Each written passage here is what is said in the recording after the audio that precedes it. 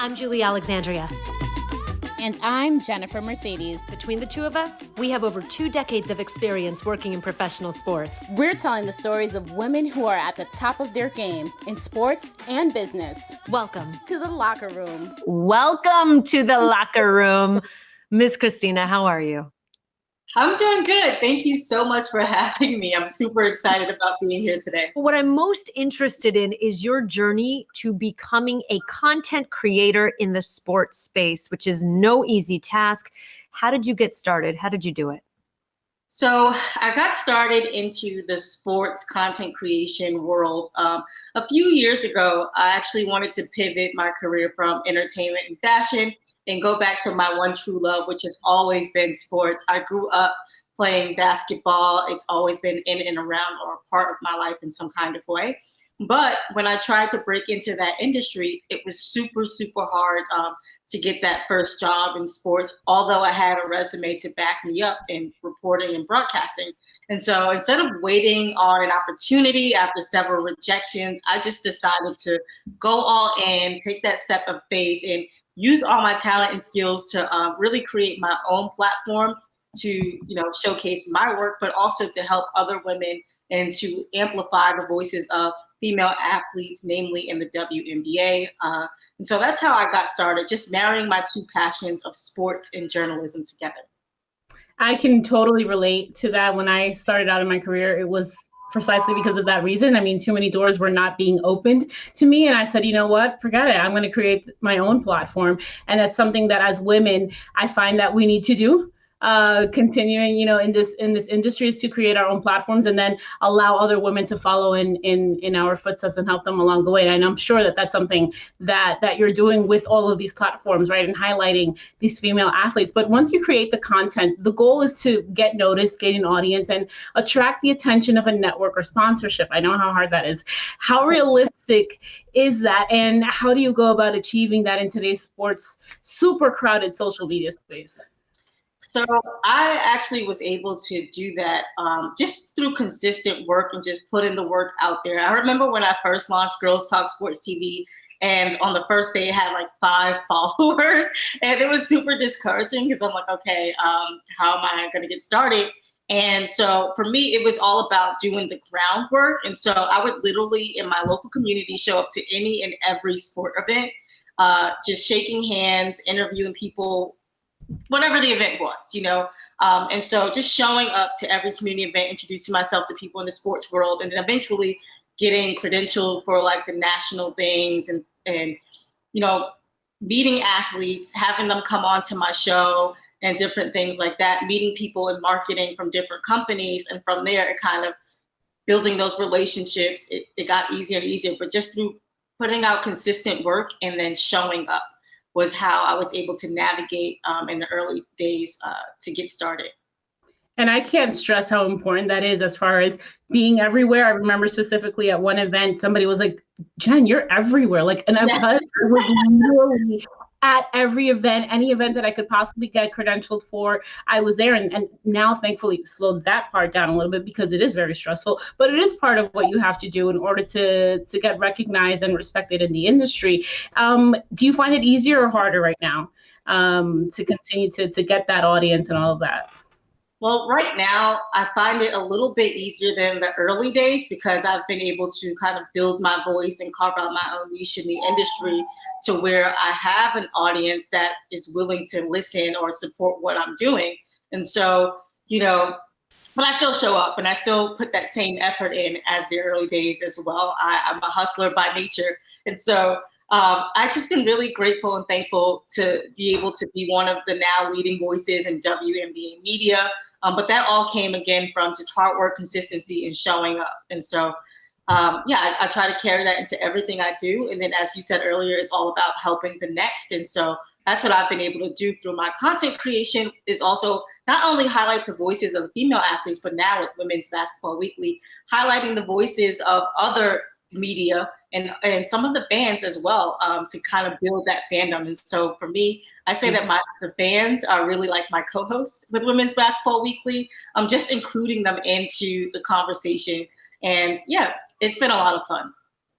I have a question for both of you because you both kind of echoed the same sentiment as far as having that hustle and the ability to show up no matter what it is and be able to talk to people. What is it that you think is that one, whether it be a personality trait, whether it be a virtue, or whether it be just a part of someone's character that one must possess if they want to start their own thing and basically be a pioneer, be a trailblazer, be an entrepreneur within the sports space to build your own brand? What is it that each of these people have to have that you both have? I guess that we all have, really, because we've all created something within this space, and it's not easy. Sports doesn't make it easy for us to break in and crack it. So what would you say that is? For me, I think it's just being a nice person. It's just so simple, right? Just saying please, thank you, like sending follow-ups has been something that's really been helpful to me. I mean, that's me, by nature. I consider myself a really nice person. But when you get through this industry, you realize that it's all about the relationships that you have and keep. And so for me, in a world where everything's just so chaotic and people can be so cruel, being a nice person will get you so much further. And plus, people want to work with people that they like. And so just being a likable person, I think, is a character trait that will get you far in this industry. I'm going to echo that statement because it does take you far as just being a nice person and being a good person. I mean, and that's for anything in life, right? But I also think that, and I think we can all relate to athletes to a certain extent, especially athletes that come from marginalized communities, players that come from Latin America when it comes to baseball, right? We all have that hunger. And because things are made a little bit more difficult for us, you have to just work that much harder. And so when you have that type of hunger, when you grow up with that type of hunger, knowing that you just have to work that much harder being a woman of color in the industry, it takes you far. And that hustle mentality, I think, is great. But I've also grown in the sense that I don't want to be hustling in my 40s and 50s. You know what I mean? Like, I don't want to be like night and day where I don't have a breather how I was earlier in my career. Like, I want to work and I want to create content and I want to do everything it is that I want to do. But no longer is it that I'm like showing up at every single event, whether they're paying me or not.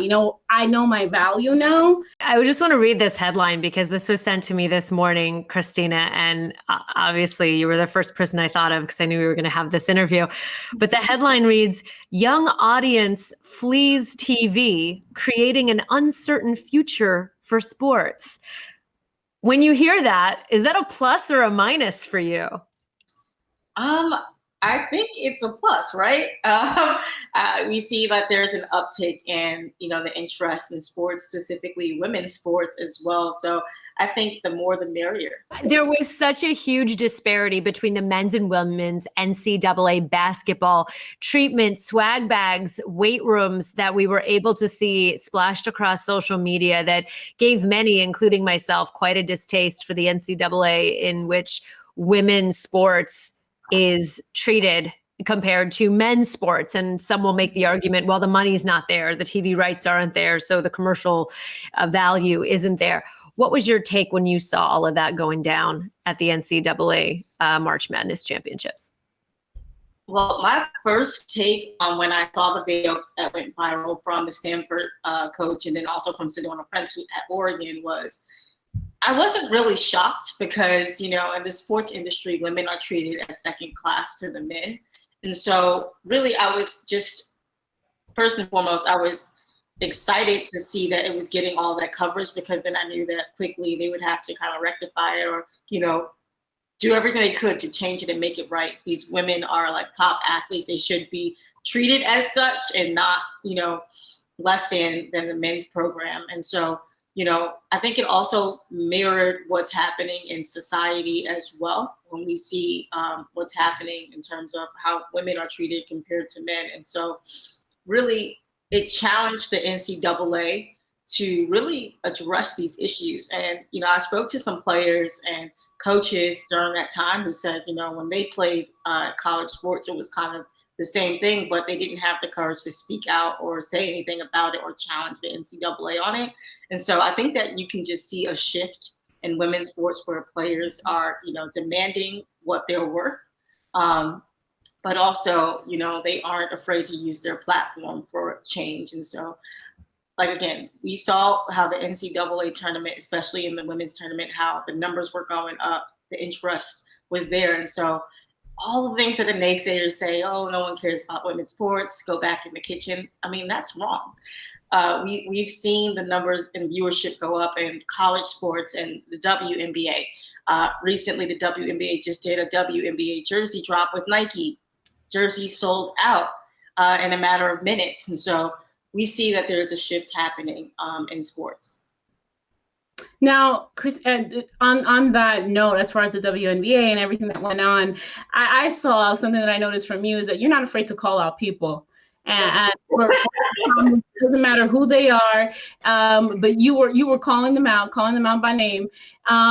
Is there ever a time when you do that you think, maybe I shouldn't, maybe this is going to hurt me, but in the end, it's the right thing to do? I think my job as a content creator is always first to, tell the truth, but also as I get this platform or, become this person in the public light, I'm never going to change who I am. Like, of course, be cautious of what I say or whatever, but, I've been given this platform and voice to also make an impact. And so, even last summer when the WNBA was leading for social justice, I went down to Indiana. I was able to get people registered to vote, work with Renee Montgomery to get people to vote, march with Tamika Catchings, WNBA Hall of Famer, and some of the players, the Indiana Beavers. So for me, Girls Talk Sports TV will always be a platform that, stands by the right things. And so I use my voice the best way that I can. And, I'm encouraged by the players too, especially in the WNBA. They've been leading the charge for years now, and they inspire me to do the same as my platform gets bigger. And so, yeah, I will call someone out if I feel like what they're doing is wrong, because I am a woman, but also a Black woman. And, like you said, relating to the players, like some of the things that they go through, I go through as well as a Black woman in media, dealing with microaggression, systemic racism, different things like that. And so, I will always be a person who stands by the right thing. Getting into good trouble, as John Lewis once said. But yeah, I mean, that's what sets me apart. I love that. Getting into good trouble. Good for you. Absolutely. I know, that's amazing. I you mentioned the microaggressions. Jen and I both came up through Major League Baseball, and we know they're having their moment of reckoning with names like Jared Porter, Mickey Callaway, the entire Mets organization who are getting dismantled and told to basically leave the entire industry because of their inappropriate and unwarranted behavior. Are you privy to that as much, working? And correct me if I'm wrong, but you are working in the WNBA. You are working predominantly with female athletes. I'm wondering how different your experience is when it comes to, I guess if you want to call it, unsavory behavior.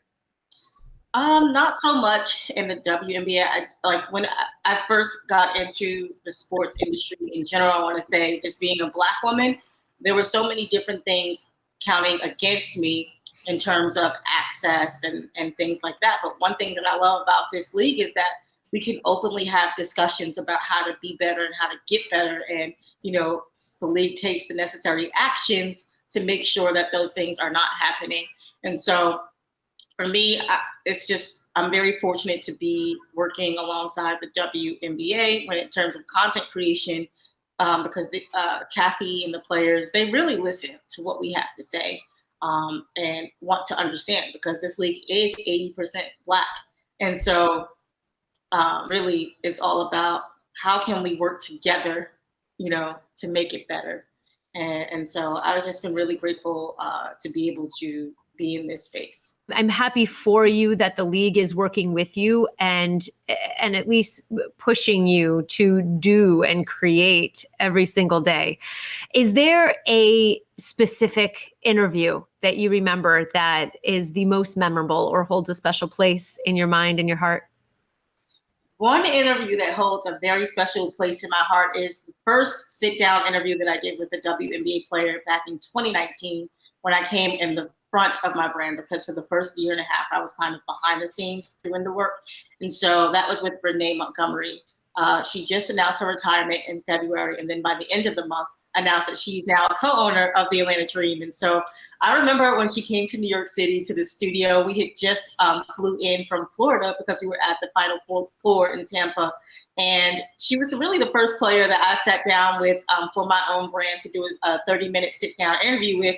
And I remember her saying, during that interview, how she was just starting out with her nonprofit organization, how she wanted to get into broadcasting and everything like that.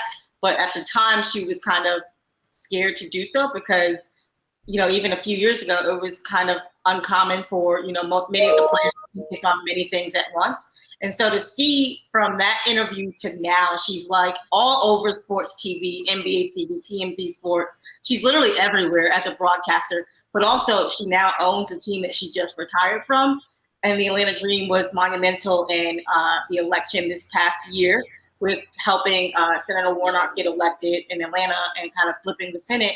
And so just seeing that progress meant everything to me. But if she had not sat down with me, I don't think my brand would be where it is today, because that kind of was the first thing that launched everything else. And so, I'm appreciative of Renee. She's a really good friend of mine now. She inspires me so much. Before we let you go, and because talking about what the WNBA did, right, in Georgia, and seeing how MLB has been attacked for moving their All-Star game out of Georgia to Colorado, I think it's interesting, right, that still to this day, women's sports, women in general, have been dismissed as far as their impact goes, because what the WNBA has done for politics and for moving social justice and just social change, the WNBA, not even the NBA, the WNBA, what they have done and have been able to do, I think is just so powerful. And this is where we can see sports and politics, they go hand in hand, and it's not a bad thing. But I think that the women, particularly in the WNBA, need to be elevated more and just applauded more for what they've been able to do. I think so as well, because not only are they the top athletes of the world, but they're also really at the forefront of real change. And, some people talk about it, people release statements that mean nothing, but these women are on the ground, really putting their words into action. And I've seen it with my own two eyes, literally. And so I'm so proud of them, how they've been able to use their platform for more than just basketball, because to them, it's bigger than basketball. To me, with my platform, it's bigger than basketball. And so just remembering that in itself means everything, because this is about generational impact, not just, putting out content that means nothing. Amazing. That's it. And if you ever needed to have a reason to check out Girls Talk Sports TV, there it is.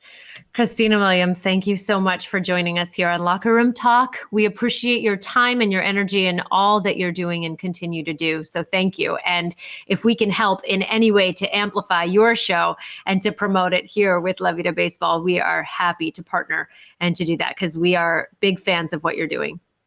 Thank you so much for having me, and the same goes for you all. Love what you guys are doing in the baseball space, and I'm super excited about your journey as well. So thank you so much for having me today.